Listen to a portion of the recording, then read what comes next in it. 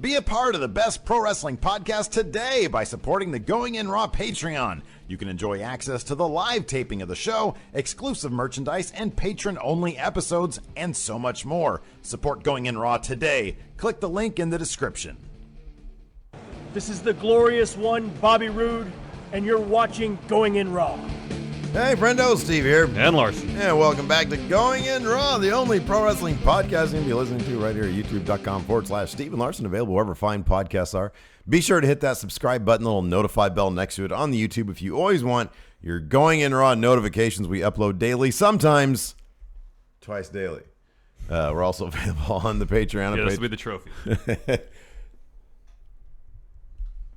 We're also available on the Patreon at patreon.com/Steve and Larson. It's a great way to support Going In Raw. We've got 53 friendos watching this as a live stream right now, grilling us in the pre-show about everything from why I procrastinate too much to what the new office is going to be like, our new logo, all that kind of stuff. And you know what? We love it. We love them. They're great. There's the body. You're great. One day you'll get that shirt. We're also available. Oh, I should mention this too. If you're on a podcast app listening in, we advise you to check out the Castbox podcast app. We have a partnership with them. It's fantastic. And it's a really fantastic app to check out. It is. And I just signed us up for a little profile, so I'm going to start responding to the comments. Oh, I should do that too. To the comments. Because I'll generally go through about once a day and check to see if there's anything new. Somebody says, okay, let's test really quick. All right. If I'm a friendo and I leave a comment that says, wow, I really love Going In Raw, what's your response? Thanks, friendo. Okay, let's try it again. Underneath that, somebody says, Steve and Larson are the best. What do you say? Thanks, friendo. See, we're there. We know what we're doing. Engagement. That's how you do engagement. Yeah. How about this? Steve and Larson, why aren't you posting on Spotify anymore? Thanks, friendo. No, sorry, B. We're working on it. We're working on it. Thanks, friendo. Thanks, friendo. Oh, man. And then most excitingly, it's happening, Larson. The Pro Wrestling Tees sale is now. Huge Mania sale. 20% off all shirts. Look at that graphic. ProWrestlingTees.com/Going In Raw. And look at that. We got the new logo shirt. That's our new Going In Raw logo. Some people love it. Some people hate it, regardless of what they think. Thanks, friendo. Thanks, friendos. We're working on it. Exactly.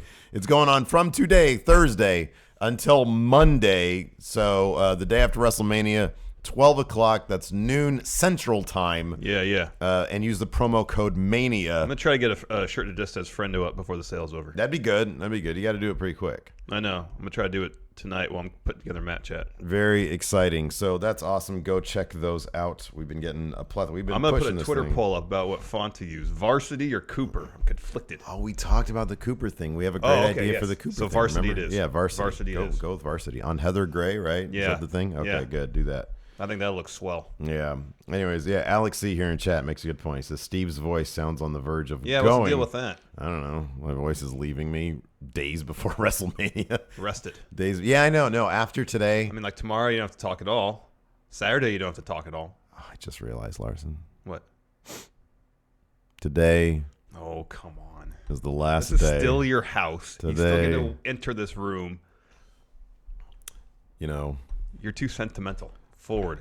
Look forward. You know, February 20th, 2015, we received a call. Was it the 21st? Yeah, it was 21st, 2015. So around third week of February, we received a call, and our bosses at our employers at the time said, hey, go F yourself. Hold on, Sergio C. says, get a shirt that says, thanks, friendo. Thanks, friendo. Exactly. With your happy face. Thanks, friendo. They called us and they said, we don't want you anymore. You're on your own. Good luck. And so we were on our own. And in this very office, we devised a plan that at first did not go very well. Took us about a year to figure things out. But eventually we figured out, hey, there's not a lot of people doing this wrestling stuff. Let's try that. Yeah. It's either this that. It's actually something we enjoy doing far more. Exactly. It's either that or it's, we're going to be baristas and I'm going to work at Target. And then, and it's all happened in this office. It's all gone down here. And finally, this is our last day of shooting in this office. We're moving our stuff tomorrow and Saturday into the new office. We're going to start filming from there. And this is very, very, it's exciting. It's sad. I'm going to have to leave my house now. On the other hand, I don't like when you come over because I like to take my time doing stuff. And then sometimes if I take too much time, I'm like, God damn it, he's going to be here at 10:30. And then you show up at like 10:44. And it's like I had 15 more minutes to like sort of dick around and do whatever I wanted to. I never know when you're going to show up. Well, between 10:30 and 11. I don't like that. That's like Here, Comcast here. levels No, of. This is what it is. It's too much of a window. Mondays, Wednesdays, I'm here by 11. Those are gym days. Mm-hmm. So it takes me longer to get ready in the morning because I have to go to the gym. I like that it's taken me. It's literally the last day of us filming for you to tell me your schedule. You never asked. Whereas Tuesdays and Thursdays, I'm available to be here around 10:30. Oh, okay. Well, it's a good thing I know this now. Now shave 15 minutes off each of those times, and that's what time I'll be at the office. Sounds good. Sounds good. Sooner if necessary. This is going to be, so for those of you curious, and I know you all are very curious, this is now going to be a split room between, so like, this is all my crazy wife's idea. This is Lacey's deal. Half of it is going to be her sewing room, because right now her sewing room is in the sunroom. The sunroom. So that's going to be empty, thank God, because I'm tired of that stuff in there. Half of this is going to be Lacey's sewing stuff, and then the split, it's going to be half Alabama's room. It's because right now she don't have a room because I got so many freaking stepkids up in this place. And so it's going to be weird. I'm not going to have my own space. Hold on. Is your voice going because you're about to cry? No, but you have your own space. It's the garage. You have your gym equipment out there. If you play some Sigur Rós for me, then I might cry. All right, give me a second. Or some like Sigur Rós. What's the other one that I cry at? I forget. But no, I don't know. Yeah, I'm not gonna have my own space. I don't know. I don't know what to do with myself. I really don't have space in my house for myself anymore. That's your problem. You've never had space. That's not true. I demand space. I need space. Well, usually if I want space, I go to the gym. That's not space, man. That's just like where a bunch of sweaty guys are farting and doing stuff. My gym's pretty small, so it's not full of a lot of sweaty, farty gentlemen. But on occasion, that does happen. Yeah.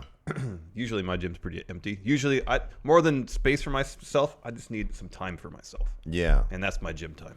A lot of people are asking for a gypsy run-in. Where is my dog? She's out there somewhere. I don't know. She's probably on my bed or something. Like tearing apart something she shouldn't be eating. Probably. That's what she does. Anyways, yeah, man, I'm getting kind of emotional. This is very sad. This place is a shithole, though. Look at all this trash right here. I know the floors are all sticky over here. I know. Look at this. Here, I'm going to do this really quick. Let's see if I can do this without jacking things up. Oh, you're going to mess everything up. Look at all the trash down there. Yeah, it's a mess. Look at that. It's a mess. Anyways, yeah, this is very, very sad. Uh-oh. Oh, you just completely ruined everything. There we go. It's the NXT episode. Nobody cares. Who wins an NXT TakeOver? Who cares? I care. It's going to be a fantastic show, but All right, we're not so let's getting talk to about that. Let's talk about 205 Live. Yeah. So anyways, Speaking of fantastic shows. Yeah. How did things start out with what happened on 205 Live? It started off with Hideo Itami and Akira Tozawa had a rematch against Lince Dorado and Grand Metalik. Yeah. Continuing the feud between these two tag teams to show who is top tag team on 205 Live. Yeah. Of course, at a certain point, probably right after Mania, they're going to debut and announce the 205 Live Tag Team Championship. So there's a physical object that signifies that you are indeed top tag team on 205 Right Live. now, nobody knows who's top tag team because there's no physical object. Well, also because every time these two teams fight, like there's no, like it's DQ or something. Last night in this instance, the match was going really well, tons of fun, and then they all started brawling in the ring. Ref tosses the match. Yeah. And so we yet to see a satisfying conclusion of this feud, and we won't until the tag titles are introduced, and one of these teams is the winner. It's like gang warfare with these two teams. I know. Man. Hideo Itami took out Lince Dorado's knee during this brawl. Yeah. It was pretty intense. Yeah, man. Wait, who did what? Hideo Itami took out Lince Dorado's knee. Yeah. Chop blocked him. Oh, that's right. That always terrifies me. Whenever I see a chop what block. happens in football, usually that means that person's done for the season. You're done for the season. ACL tear. But they're professionals. They know what they're doing. Here's the thing, though. I really like this feud. Yeah, same here. You don't need convoluted storylines to come up with a good feud. Just one hothead on one team, another hothead on the other team, and you put them in the ring together, they're gonna get hot. Mm-hmm. They're gonna go at it. These wrestlers want to compete. They want to compete at the highest levels. Yeah. And then sometimes people lose control of their emotions, and as you said, things get heated. But this was a lot of fun. Okay, and I have to say this too. I meant to preface this, the recap with this. I guess you have to take the bad with the good and the good with the bad. Hot crowd. Same crowd that was wedding Daniel Bryan. I know. Maybe they were just being enthusiastic. I want to say this. I chastise the crowd for wedding Daniel Bryan. Yeah. I now want to say that's Good awesome. job That's awesome. For saluting the quality of 205 because Live. they were hot the entire time. I think maybe they just wanted to be involved. They wanted to participate. Yeah. And wedding Daniel Bryan might be misdirected, but I guess as we saw, especially in the main event of 205 Live, there was legitimate enthusiasm for the match, and they voiced it, and that's a good thing. Mm-hmm, yeah. After that brawl, to start the tag or to end the tag match, we go backstage. Apparently, Drew Gulak was supposed to take on Mark Andrews. Yeah, tonight. that was supposed to happen. That match was postponed. They're saying so Mark Andrews could heal from the beatdown he suffered at the hands, I think, of Tony Nese the previous week or the match itself. So Drew Gulak had a promo. He brought out a PowerPoint presentation. He said he could have a multitude of slides. I'm glad that they're kind of like... But he just had one. So like they didn't just completely drop it. Mm-hmm. Like they're allowing him to kind of phase it out. Mm-hmm. I really like this new Drew Gulak. He said the same thing he did when I was impressed by it last time. He says, I am the premier, or he said, I am the best submission specialist in WWE. It doesn't matter how big you... I think he said that this time. He said, it doesn't matter how big you are, which is fantastic because, again, future-proofing his job. Yes. Meaning he can tap out even the guys on the main roster. Yeah. In case... Did you know 205 Live? You see where it was in the ratings? No. 2. Awesome. 2. Number 2. That's fantastic. There wasn't... This is one of those weeks when there was not a lot of competition. Yeah. But still... It needs, on weeks where there's not a lot of competition, it needs to perform that well. Yeah, it needs to be top 5. It does need to be top 5. So that's great. Number 2, that's fantastic. I know. I was very happy to see that. I thought it was a really effective promo. I really like Drew Gulak. I think this match next week is going to be gangbusters. I think this whole feud is going to be gangbusters. It's going to be kind of akin to the Mustafa Ali Drew Gulak feud. Right after that, we had a Mark Andrews iPhone promo. Looked like he was shooting this from his apartment. Yeah, it looked like it. He was on the balcony. And he was just saying, you're not gonna tap me out, essentially. Hey man, you're not gonna tap me out, man, because I fly. I've got pictures of airplanes on my tights. Yeah. Next up, we had Tony Nese versus jobber Jonathan Pierce. During Nese's entrance, we had a little video backstage that happened earlier. Yeah. Where Drake Maverick, the GM, was giving Tony Nese a bit of a pep talk, saying, "Hey man, look. You are nothing but untapped potential. You need to start tapping into that. I want you to go out there and show everybody why you're the premier athlete." Yeah. Again, simple stories. Mm-hmm. You haven't lived up to expectations. You're so much better than your record shows. Yep. Go out there and prove it. Yep. And I really like Tony Nese's character work in this. Mm-hmm. He was aggressive. Jonathan Pierce was like loud mouthing him basically. Oh, at first, yeah. Until the certain point where he's like, "No, I'm done. I'm getting out of here." Right. And then Tony Nese chased him down, and Jonathan Pierce turned around and ate an elbow to the jaw. It looked like. Right, exactly. Tony Nese picked up the win with the running Nese, but we're getting more of before Drake Maverick took over. It really felt like maybe more than perhaps anybody, Tony Nese really had to simplify what he could do in the ring to fit a particular character. Yeah. And I think now, just week after week, match after match, we're finally seeing more of what he can do. He has that Matrix thing where he avoids clotheslines. Oh, I love that. He did like a moonsault off springboard moonsault. Yeah. I really feel like we're finally getting the full Tony Nese now on 205 Live. I can't wait till he gets into a program with Mustafa Ali or Cedric Alexander. There was a small, the guys who are super athletic. There was a small moment. I'd love to see him against Buddy Murphy. Yeah. There was a small moment. Oh gosh, that's gonna be good. I know. Where when the ref raised his hand, and Tony Nese looked. It was such a small bit of acting, but he seemed validated, but in a way that was sincere and not, oh, just heel, I'm arrogant guy. It was like, hey, look at this. It was like this moment on his face where he's like, hey, look at this. I put on a good, I gave my effort, and it culminated in a win. Yeah. Kind of reminded me a little bit of a parallel when Almas started winning with Selena Vega. Kind of signaling to the crowd, hey, I can do this. Yeah, when I'm not. Exactly. Yeah. And to himself. Yeah. I thought it was a really great character moment. I really like to see more out of that from Tony Nese, and I think we're going to. Next up, there was a Lucha house party backstage. Oh, this was... and Buddy Murphy comes in, and... I love Buddy Murphy. Oh, he's great. So he comes in and says, we got a match tonight. I'm going to beat you. I'm going to keep it short so you can get back to your friend here who's getting his knee iced. Yeah. That was great. Yeah. That was really good. He's just a jerk, and I love it. And I really like that. I mean, it's fantastic. He said, I came here to 205, meaning I hope now that he is going to be a staple for 205 Live. And he said he's gunning for the title. You're in my way. So whoever comes out of the Mustafa Ali Cedric Alexander match. Looks like they're running to Buddy Murphy next. I hope so. I really do hope so. I mean, the Buddy Murphy Mustafa Ali match in the was it the quarterfinals, semifinals of the Cruiserweight Classic was fantastic. Yeah, it was great. It was really good. So that gave us Buddy Murphy versus Kalisto. Fantastic match. They gave it a ton of time. They gave this like 25 minutes. It was like 25 minutes, yeah, because it was like 28 minutes when the first entrance started, I think. And there's always like a little bit of milling about time. And then like some commercials. So yeah, they gave this, and this match was so, if you need evidence that they're letting these guys do what they can do, the only difference between this match and something you would see in New Japan is simply the list of banned moves that the WWE doesn't want you doing. But then he did that running suplex. Oh, on the apron. On the apron. Oh my gosh. Where Kalisto ate like a small chunk of apron and just landed like a thud. Landed with a thud on the ground. Yeah. That was just, I watched, I gasped when I saw. I was like, I know. Oh God.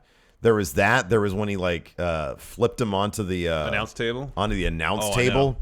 There was all sorts of suicide dives and going outside, and then there was just some really hard hitting physical stuff inside the ring. Got a lot of good counter wrestling. The bit where Kalisto got whipped into the corner and then tried 3 times to come out of the corner, and Buddy Murphy just powered him back in, basically saying, if I don't want you to move, you're not going to move. Well, that was kind of the finish of the match, too, where when I first watched it, I was like, was that just not a seamless transition to Murphy's Law? But I think that was a story they were trying to tell in the finish, where Kalisto kept trying to escape, Buddy Murphy trying to put him in Murphy's Law and just couldn't do it. Eventually, Murphy just overpowered him. Right, exactly. And that's absolutely fantastic. I thought the whole thing was great. I said this before, and I'll say it again. Buddy Murphy, it's not that the guy doesn't take matches off. He doesn't take moves off. There isn't one sequence, one move where you can tell this dude is earning his paycheck with every single move he does. Like he's getting paid by the move. And it's fantastic. I can't wait to see more of Buddy Murphy, and I'm so glad that they're treating him the way they should be treating him. Yes. It's fantastic. Yeah. Next, we had a Drake Maverick promo where he's putting over first WrestleMania, but specifically the Cruiserweight title match. He's telling people, if you're going to Mania, get there early. Get in your seats early so you can witness this fantastic match. Yeah. I mean, if it was on the main card, then it wouldn't be such a concern. I know. It was a bummer Drake Maverick, Rockstar Spud, it still feels goofy to call him Drake Maverick, but I'm getting there. He's such a wonderful salesman, and he has so much passion, and he says, this is going to be the show stealer, and I want to make sure that everybody tune in early.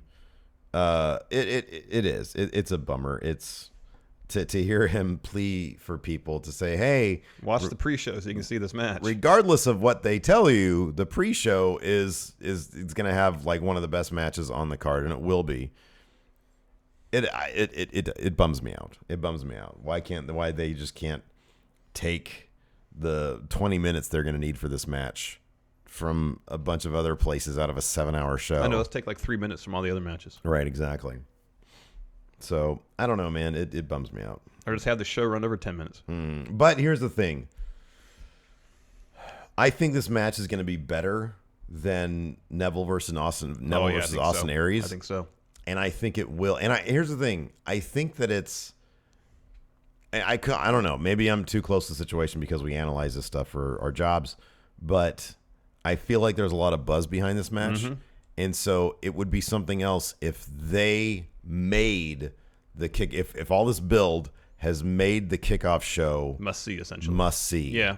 I hope people go in there thinking and saying, "Hey, I don't want to miss this match." Yeah, that's if I'm viewing it optimistically, that's my standpoint as well. Is like, okay, maybe they think there's so much buzz around this match, they're so confident in this match being excellent that they think it'll be a draw for the pre-show. Yeah. If I'm looking at it optimistically, yeah, all right, yeah. I understand that point. Yeah. Still, I would prefer for the match to actually open the main card. I think that would be an awesome spot for it. No, I think you're right. I agree completely. After that, there was a Cedric Alexander Mustafa Ali video package. Some brief little interview bits with some match footage from various matches. Yeah. Oh, actually, kind of first it did a full recap of the Cruiserweight title tournament. Yeah. At least with their matches and their road to the final. Yeah. Yeah. So yeah, it was another strong episode of 205 Live. I hope it continues to succeed in the ratings. I'm seriously at the point where it's almost on par with NXT in terms of like, oh man, I'm excited. Especially like, I don't always get to watch it on Tuesday. And so, I lost my train of thought. I saw Lesnar's fat face right there.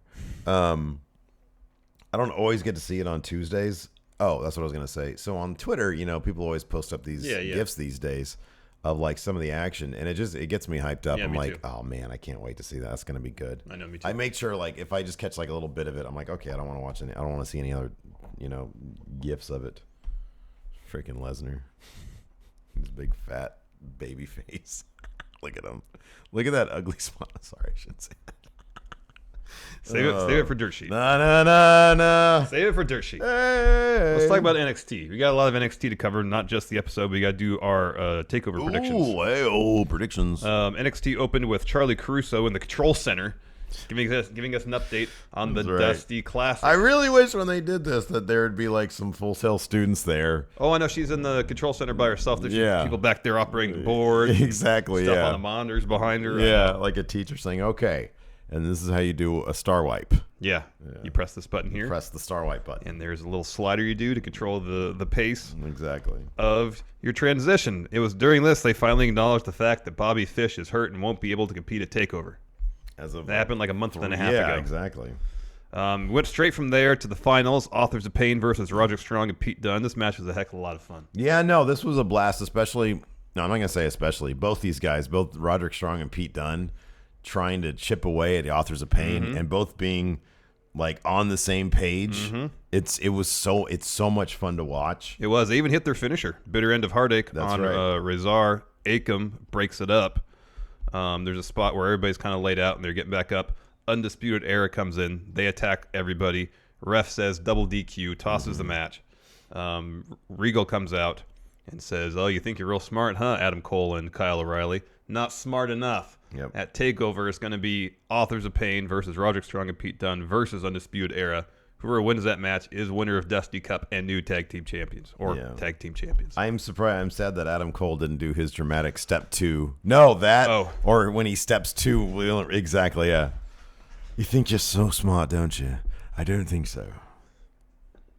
Next, we had a North American title match video package. This was great. This was great because Velveteen Dream. The great thing is they filmed a segment for each participant and then intercut it in their own setting. So Velveteen Dream was like on a couch with like. It's like it was only lit by TV. Well, it was only lit by TV. Yeah. So it was like a bunch of like like moving lights, basically, like flicker of the TV. EC3 was at a penthouse. He was in a penthouse. Adam Cole, I think, was just hanging out with Undisputed Era. Yeah.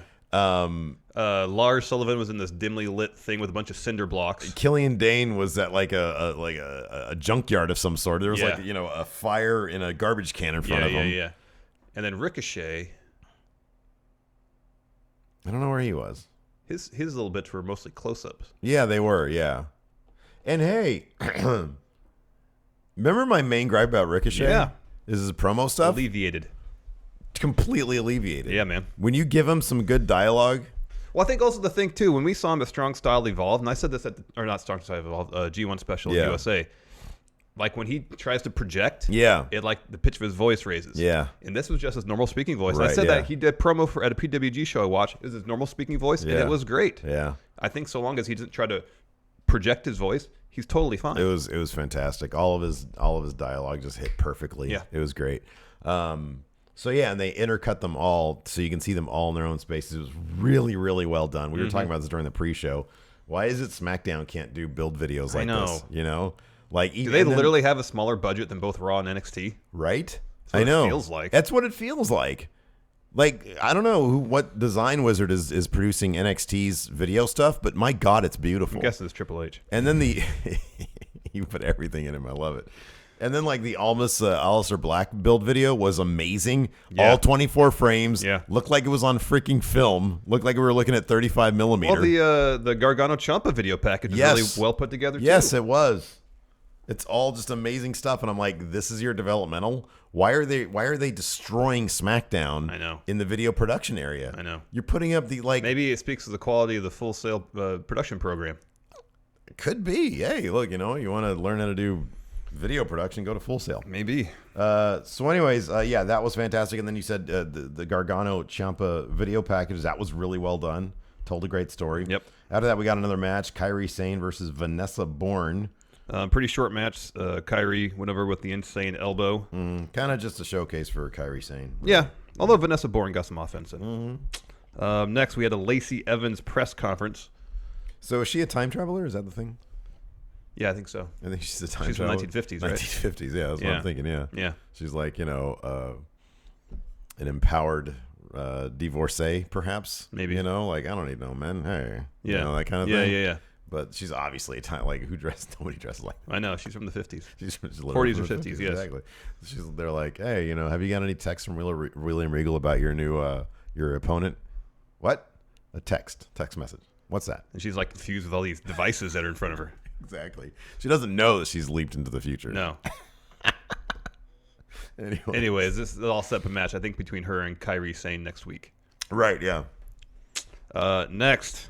Can you imagine being a divorcee? Like every time I see like a show. Have you watched that? What is it called? The Miss Maisel one on Amazon? Oh, it's so good. But like, whenever anybody gets divorced in like a 50s it's period, a huge thing. It's like a massive thing. It's like scandalous. It's like terrifying. Yeah. Man. Anyways. Next, Undisputed Era, William Regal backstage. They have a problem with Adam Cole specifically being in 2 matches. Yeah. At TakeOver. Therefore, you think you're so smart, don't you? You've got 3 options. You can either be in both the North American NXT Championship ladder match and participate in the tag team title match with Kyle O'Reilly, or you can pull out of the North American NXT. Yeah. No. He says, not doing that. And then he says, Kyle O'Reilly can participate in the match by himself. He looks at Adam Cole. Come on, man. I know. And Regal says, you're smart guys. You can figure it out. Exactly. So something's going to happen. Something is going to happen with this. Is that something going to be Donovan Dijak? Or Roderick Strong? Oh, that'd be good. That'd be good. Yeah, man. Ooh, I don't know, man. On the other hand, if Cole pulls double duty, he'll be the MVP of the show. Gosh, yes. If he pulls out one of these matches, one of these titles, he'll be the MVP of the show. Yeah, absolutely. Next, you mentioned the Aleister Black Andrade Almas video package. It was really well so done. Beautiful. Yeah. It was beautiful. Although it looked like the beginning stuff, where Aleister Black was in his environment, his dojo, looks like he was sitting there naked. I'd be cool with that, man.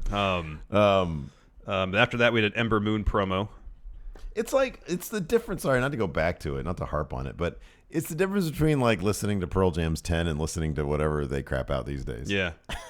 It's like there's a sense of urgency and drama and tension and hunger. I know. With the NXT video package. And then you go to SmackDown, it's just AJ Styles by himself, interviewing himself, I guess. Well, I feel like on SmackDown, they say, okay, what do we need to do to convey the story we want to tell in the simplest, most basic form possible. Right. And that's just what they do for the most part. What is that?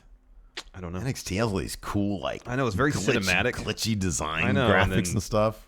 SmackDown was like 2 months behind their graphic overhaul from Raw. Right, exactly. I don't get it. Anyways, Ember Moon promo. Decent.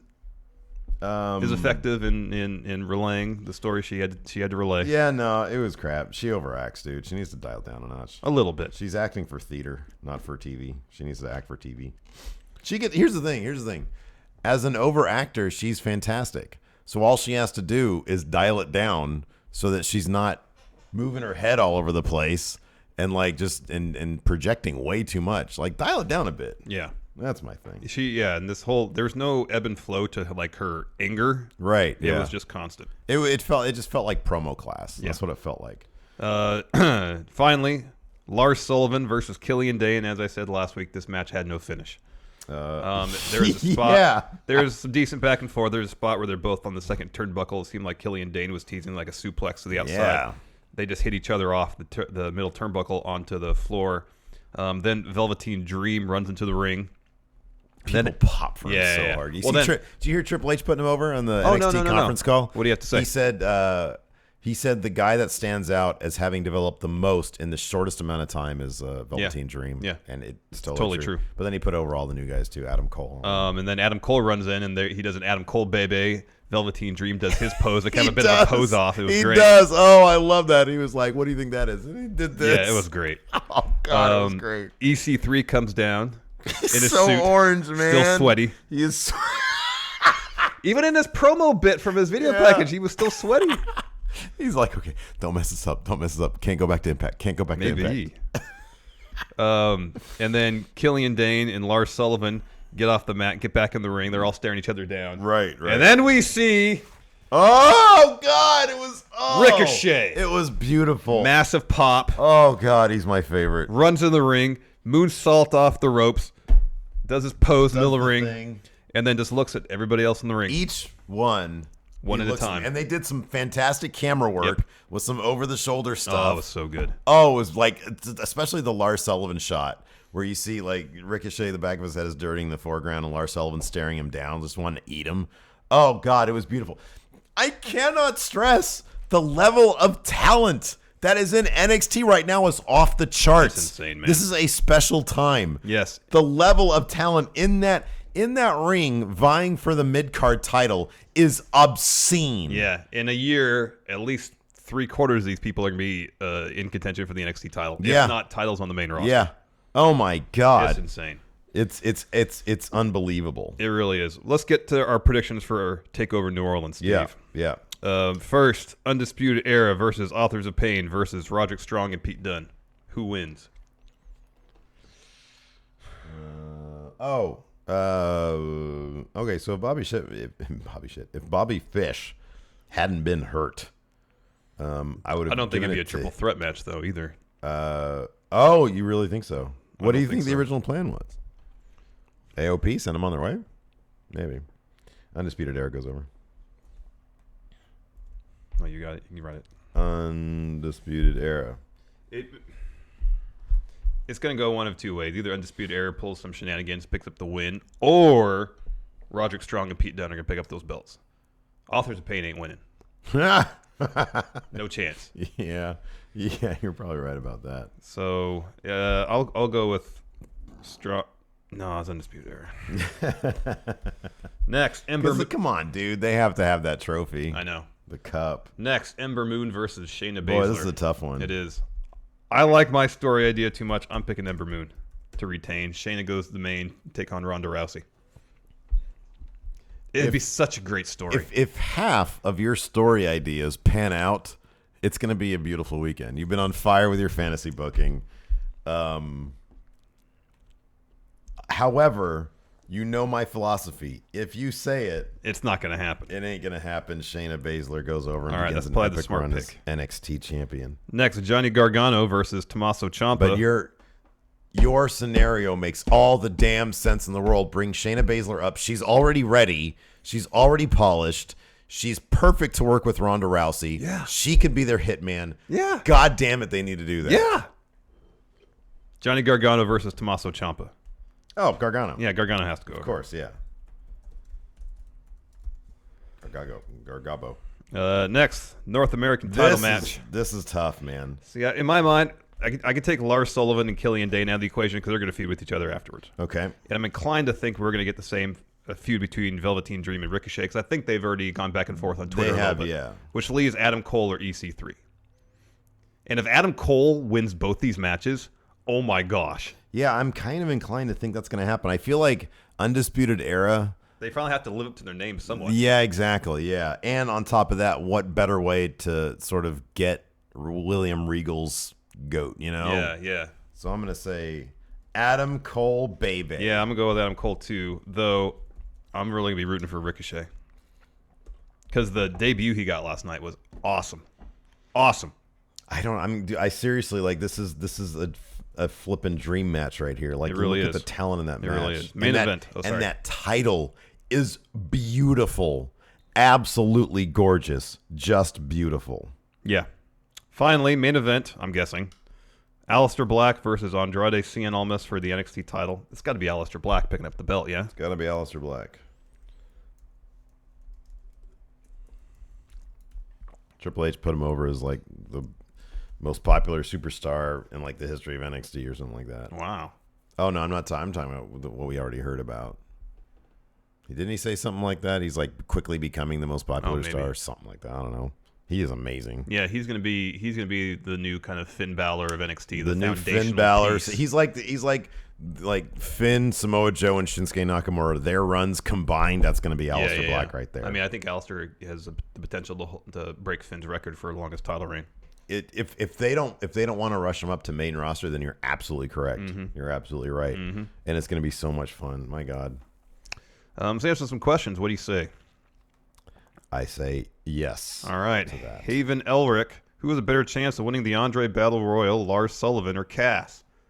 Since Cass is my pick to win it. Cass is your pick, man. Then I'm going to go with Cass. Who has a better chance of winning it? Cass. You're right about that. Because they're not going to have a dude win it and then just go back to NXT. No. Mitchell Elam. Hey, friendos. Is the North American title the best looking in WWE right now? What's your favorite belt right now in any promotion? It's a toss-up. Here's the thing that I love so much about the NXT title. So the UK title is a beautiful-looking belt. Yeah. But it's still... It's based on the WWE title. It is. Yeah. And this one isn't. It's not based... This is based on, like, Triple H's, like, wet dream of an NWA title, North American title from, like, 1982 or something. Man, they've got episodes of All-Star Wrestling from like 1975 on the network. Like, I think it was WWF, but it might have still been Capital Wrestling. Yeah. Oh, I saw it. Yeah, I think it's Capital Wrestling. Yeah. Yeah. I was watching some of it last night. It's hilarious because you have Billy Graham out there who is obviously on the juice and nobody else is. And they all look worse than me with trunks on. It's amazing. Maybe in 75 it's WWF. Maybe it's called the show Capital Wrestling. I don't remember. I don't remember when they changed the name over. It was before 75. WWF, or that was like in the 60s. Yeah, Bruno and stuff, yeah. I mean, they changed the name, I think, when Buddy Rogers left the NWA, yeah. What's your favorite belt right now in any promotion? Mitchell Elam asks. Probably I gotta say the IWGP Heavyweight title. I was gonna say either that or the Intercontinental Championship. Oh yeah. I mean they dolled it up so that it looks pristine, and I kind of prefer my belts to look withered, and the heavyweight title does. Yeah. But either of those, they're both beautiful. The new Ring of Honor title's looking good too. Oh yeah. Kyle Steven, takeovers always have great cards and most times surpass the excitement of WWE pay-per-views. So for WrestleMania, replace your least favorite main roster matches and replace them with NXT TakeOver New Orleans matches to make the best WrestleMania 34 card. Put that North American title ladder match at WrestleMania. Replace the United... Are we replacing? Yeah. Replace your least favorite... Yeah, replace the U.S. title match with the North American title match. Yeah. Replace... excuse me. Replace Something in place for Gargano Ciampa. Oh, man. If they said, what would you rather watch, Gargano Ciampa or Cruiserweight title match? It's a tough one, huh? Mm-hmm. I might say Gargano Ciampa because unsanctioned. Yeah. Ooh.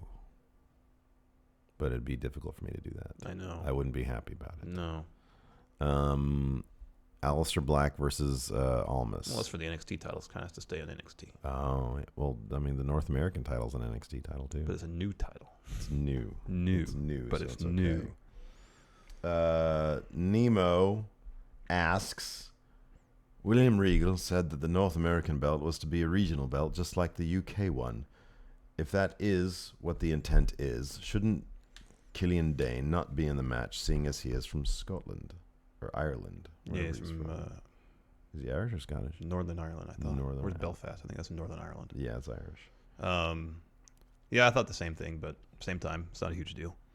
When they unveiled it, he kind of like said there's a grand tradition of, and so yeah, there's a grand tradition of sort of mid-card belts being named after territories. Yeah. So, I mean, what does Intercontinental actually mean? North and South America. Right. But, you know, if you're not from there, you can still win it. Yeah. So, I don't know. I mean, Roderick Strong wants that United Kingdom title. Exactly, yeah. He's from Florida. So, he's from Florida. So, yeah, I don't know. Look, you're absolutely right. But there are certain things in wrestling where I just don't care anymore. I just sort of look past them, like, whatever you want to call it. I noticed that too. Call it the California belt. Who cares? Yeah, just I care more about great matches. I care about good-looking belts. Yeah. And any title, here's the thing. That actually might be my favorite across promotions because it has the picture of a continent on it. Mm-hmm. That's great. Yeah. If I mean, on the main plate, it has a picture on the of main of a continent. Yeah, yes. not just on the side plate. The main plate. The featured attraction is a landmass. Yeah. How do you not love that? Baron the Cat taxidermist Larson brought up the other day that NXT should feature Mastodon on their next takeover, and Baron would absolutely lose his mind for that. But I think the point they try to go with is getting over up-and-coming metal groups to fit what NXT itself does for the wrestlers. What obscure metal bands that you guys know would be perfect for an NXT takeover event? See, that's the problem. I don't really know any obscure metal bands. I am not well-versed in that at all. Like, I literally yesterday, I just downloaded the best of Marvin Gaye. So. Oh, man, that's good stuff. I know, man. It was really good. So good. There's a band that I like called Bully. They just they have a new album out. Mm-hmm. They're not really metal. They're more kind of a grungy sounding band. Yeah, but they're kind of, they're on Sub Pop, right? Yeah, I think so. Yeah. Yeah. So that'd be cool. That's a good answer. Look, man, I know we were talking about this yesterday. Yesterday, because we were talking about it during NXT, I paid more attention to what are they called? Cane Hill? Yeah. And I'm in it. I'm in, All man. right. I like it. I'm not going to load them up my phone or something, but all right. I like it. It's good stuff. I did like when they were doing during the Almas Black promo video package, how they were like taking samples from Aleister Black's music, that was good. The acapella kind of version. Yeah, that was really cool. good. That was neat. Captain fucking New Japan. Captain fucking New Japan. Saying that the Cruiserweight match will most likely be on the WrestleMania pre-show, would you rather have them have a killer match on the pre-show or a slightly disappointing match on the main show but still have the exposure? In essence, exposure is more important than match quality. Cheers. No, for me, match quality is paramount. Yeah, so I'd go with a killer match on the pre-show because that elevates the pre-show. Yes. Tommy T, hey friend, knows my question. How much do you think drawing power should be considered in someone's push or overall placement in WWE? Because while many people want guys like Seth and Balor in the main event all the time, they don't move ratings like Brian Owens or even part-timers like Shane do. I would kind of lump Owens in with the Seth and Finn. Yeah. I mean, I think right now there's only maybe 3 people that you could say would increase ratings and buy rates. And one of them is probably out the door. You got Cena, you got Lesnar, and you got Daniel Bryan. Yeah. They're in an elite class, I think. I didn't think you can include Shane in that. Maybe you could when he first came back, but now, no. Yeah, I don't think so. if Shane's gone and he comes back, then you could pop ratings that way. I mean, Vince I think Vince can pop ratings these days because he's never really around. So we're not in the business, so like we can't really say, But I think there is a fine line between like using draws, but then you can use those draws to make new draws, and that's kind of what. And I'm not talking about draws, the wrestler draws. Yeah. People who put butts in seats. Exactly. So I don't know. I mean, look, it's not. I never say, hey, it's a no-brainer to like put Finn in the main event, because I don't think it is. Like you look at Seth's run as champion, it didn't really move ratings that much. Mm-mm. But I don't know how often a heel champion does that. Yeah. You know? And so I don't know, man. I mean, it's just you got to build new stars.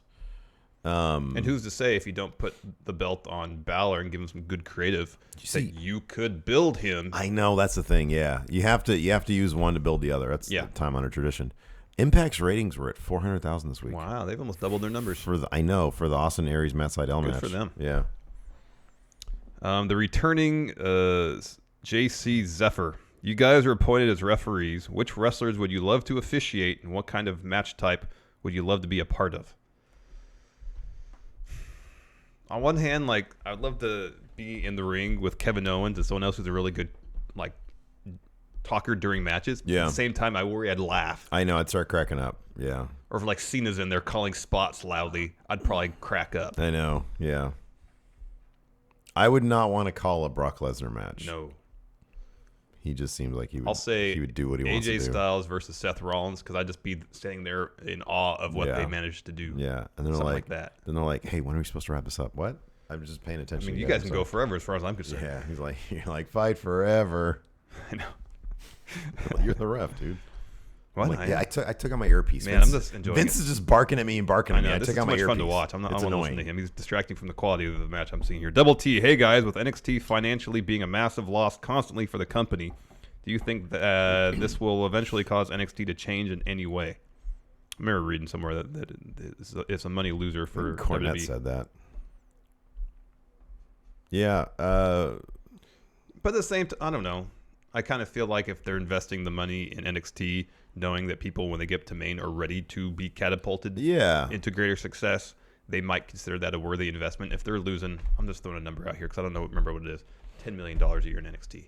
If they're making close to $1 billion annually in revenue, that's not a whole lot. I understand the profit margin is what, 40 million or something like that? Something like that. But here's the thing also.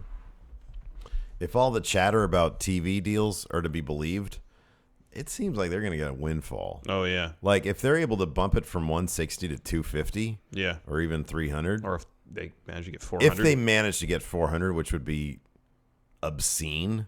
I mean, that profit margin is going to go through the roof. Oh, yeah. You know, they can afford. This was kind of interesting, too. Triple H, maybe we can save for the dirt sheet, but Triple H was saying that he'd rather do more takeovers I saw that, than increase the time on the show. That's interesting. Yeah, I saw that, too. Listen, I find it funny that anybody would want a second hour of NXT. It's perfect the way it is. 1 hour of all the best stuff. I mean, that's his... Why can't you have 2 hours of all the best stuff, Triple H? Yeah. I find it funny that you'd want to sit there for an extra hour. Really? But I really like it. Nick Montenegro. Hey, Stephen Larson. Never had my question answered, and I'm a new patron. Uh-oh. Do you think it'll be Cass or Samoa Joe as Braun's mystery tag team partner? What did you say your pick was? Is Cass? Oh, no, Cass to win the Andre Battle Royal. Who's Braun's partner? Big Show. People are poo-pooing, or Meltzer was poo-pooing all over my pick, Mysterio. Yeah, he's hurt, man. No, he's not hurt that bad. Well, I know it's a tag team, though. You can do that. He's got a torn bicep. Tanahashi had one. He was wrestling in the G1. Give me a Yeah, break. it's different, though. Why? Because New Japan's like cool with that. Wrong. WWE's not cool with that. The answer is love and energy. Oh, yeah, love and energy. Air guitar. Air guitar. It's not gonna be Samoa Joe. They have I don't think history. I don't think it's being another dominant guy. And I'm kind of on the fence as to whether Big Show's a dominant guy or not. It's gotta be someone Braun has. You know what I thought the other day? What if he comes out by himself, doesn't want a partner, and then like Kane comes out just to mess with him? Yeah. Given that their feud never really concluded. That'd be cool. And then like the reluctant partnership. No. Oh, Kane just comes out to mess with him. Oh, just to mess with him. Yeah. Oh. Yeah, I don't know, man. I don't know. I wonder if they even know. Like, I feel like we would have known by now. Like, it'd have been leaked, you know? But who knows? Broken Steve. What's worse, yelling at the crowd and then getting booed, or yelling at the crowd and hearing crickets like a Tommy did? Oh, crickets. Yeah, that's way worse. Yeah, if you're yelling at the crowd and you get booed, that's the response you want. You're doing your job. I do like his character performance a bit more these days. Oh, yeah. All-in champ Jose GGR. What's the better blood feud, Ciampa Gargano or Cody and Kenny? Right now, I'd give the edge to Gargano Ciampa because there's more backstory, I think. Yeah, okay. I was kind of leaning towards Cody Kenny. It's so hot right now, and Cody's doing such a great job. There's no wrong answer. There is no wrong answer. No wrong answer.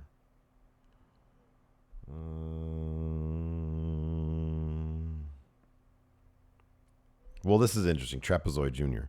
says, with his impressive showings on 205 Live, does Buddy Murphy live up to his nickname, the best-kept secret of NXT, now 205 Live? No, not anymore, because it's not a secret anymore. Secret's out. They rank number 2 in the ratings, and so the secret's out. He's no longer a secret. Keegan Green, with Bobby Fish's injury making Cole do double duty, I see Dunn and Strong taking the tag titles at TakeOver entirely possible. They're almost my pick, too. Cole is looking likely to take the North American title, so do you think they will limit Cole's ring time during the tag match? Will likely open the show. Yeah, I think the tag match will open the show. I don't know if they'll limit his ring time. I mean, he's a young guy still. I'm sure his cardio is great. I think Adam Cole would want to, if that's the thing, he's going to want to prove a point and kill it in both matches.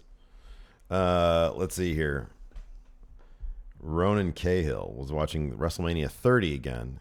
Made him wonder if Hulk Hogan was to return at this year's WrestleMania. Let's say WWE's completely tone deaf.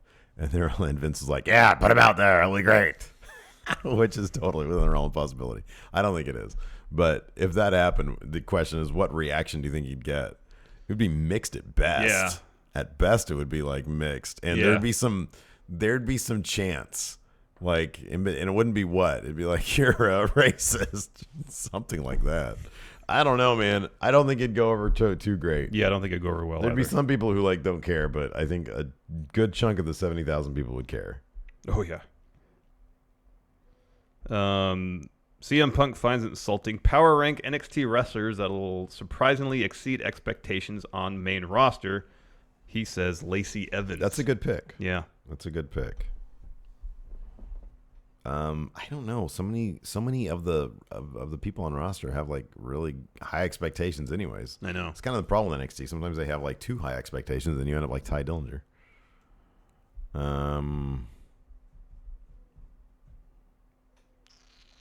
TM61. Okay. That's a good one. I still think the world of Dakota Kai. I think she'll do great. Do you like during Lacey's press conference when they're like, Dakota Kai. What do you think about Dakota Kai?